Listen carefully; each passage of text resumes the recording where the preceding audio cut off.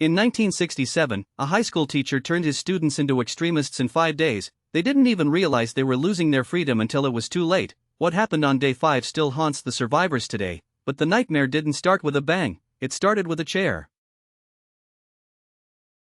By the end of this story, you will understand exactly how easily your mind can be hacked. This is the story of the third wave experiment. Ron Jones wanted to teach his students about Nazi Germany. He never expected to become their leader, but the first lesson was surprisingly simple. On Monday, Jones told his class that discipline was the key to success. He made them sit with feet flat and back straight. If they wanted to speak, they had to stand and start with Mr. Jones. It felt like a game, but games have a way of becoming reality. Tuesday arrived, and the vibe in the classroom shifted. The students liked the order, they felt powerful. Jones introduced a salute, a cupped hand near the shoulder. He called it the third wave. He told them that a wave is strongest just before it crashes. They believed him. The salute was mandatory, even outside of class. If you saw a wave member in the hallway, you had to salute. Within hours, students from other classes started asking to join. The movement was growing, and no one was asking why. But then, the rules got much darker. On Wednesday, Jones issued membership cards. 3 students were secretly assigned to report anyone who broke the rules. This is where the psychology gets weird. Instead of 3 spies, 20 students started reporting their friends. They weren't asked to, they just wanted to prove their loyalty to the wave. The classroom turned into a police state in 48 hours. Students were reporting their own best friends for anti-wave comments. The traitors were banned from the room. The air in the school felt heavy, but the real shocker was what happened during lunch that day. Over 200 students sat in the cafeteria in total, dead silence. They didn't talk, they didn't laugh, they just stared ahead to show they were disciplined. Teachers from other departments were terrified. They asked Jones what he was doing. He didn't have an answer anymore, he was the leader. Here is the part that sounds made up, but it isn't. Jones admitted later that he started enjoying the power. He liked the way the students obeyed him without question. He was no longer just a history teacher, he was a dictator in a cardigan, and Thursday was about to escalate. On Thursday, the experiment was officially out of control. Jones told the students that the third wave was a national movement. He claimed that a presidential candidate would announce the program on TV the next day. The students cheered. They thought they were part of a revolution. They were wrong. Students were now patrolling the hallways. They were checking for membership cards. If you weren't in the wave, you were an outsider, you were nothing. The school principal even started using the salute. The madness had reached the top, but the trap was already set for Friday. One student even brought his father to school to show off the movement. The father was a former prisoner of war. He was horrified, but the son didn't care. The wave was more important than family. This is how fast a person's identity can be erased, and Friday was the end.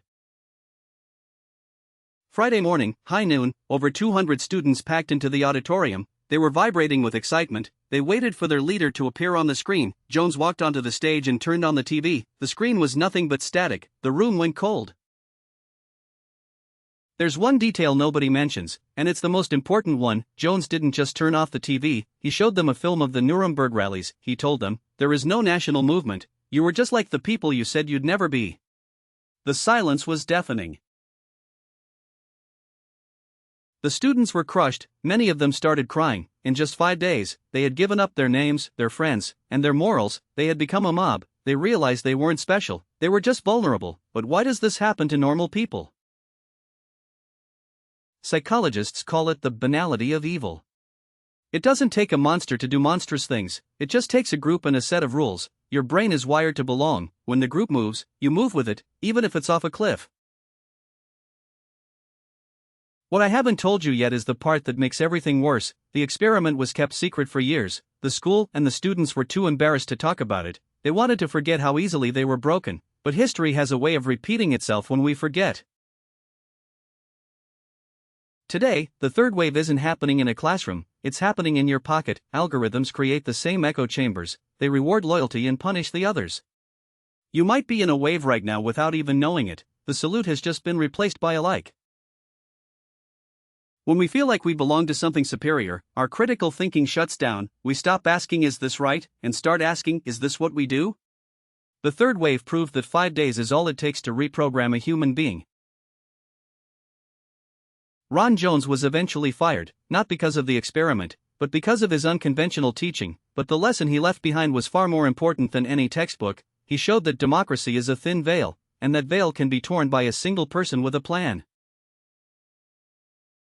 The survivors of the third wave are now in their 70s, they still talk about the fear they felt when they realized they liked the order, they liked the power. It's a dark part of the human soul we usually choose to ignore.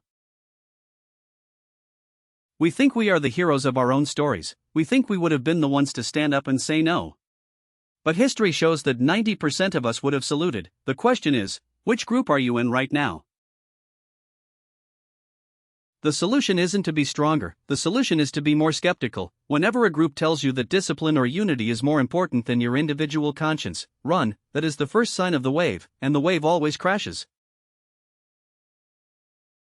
True strength isn't sitting up straight because you were told to, it's the courage to sit slouching when everyone else is a statue, it's the ability to be the traitor to a bad cause. This is the only way to stay human in a world of movements. Jones later wrote that he hoped his students would never forget that afternoon in the auditorium. He wanted them to carry that shame forever, because shame is a powerful shield against extremism. If you remember how easily you were fooled, you won't be fooled again.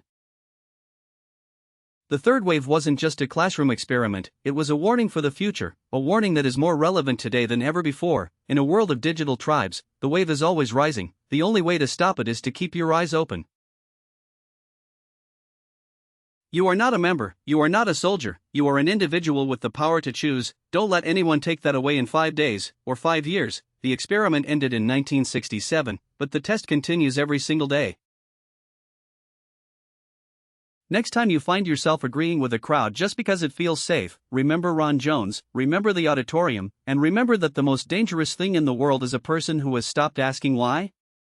Stay curious, stay yourself.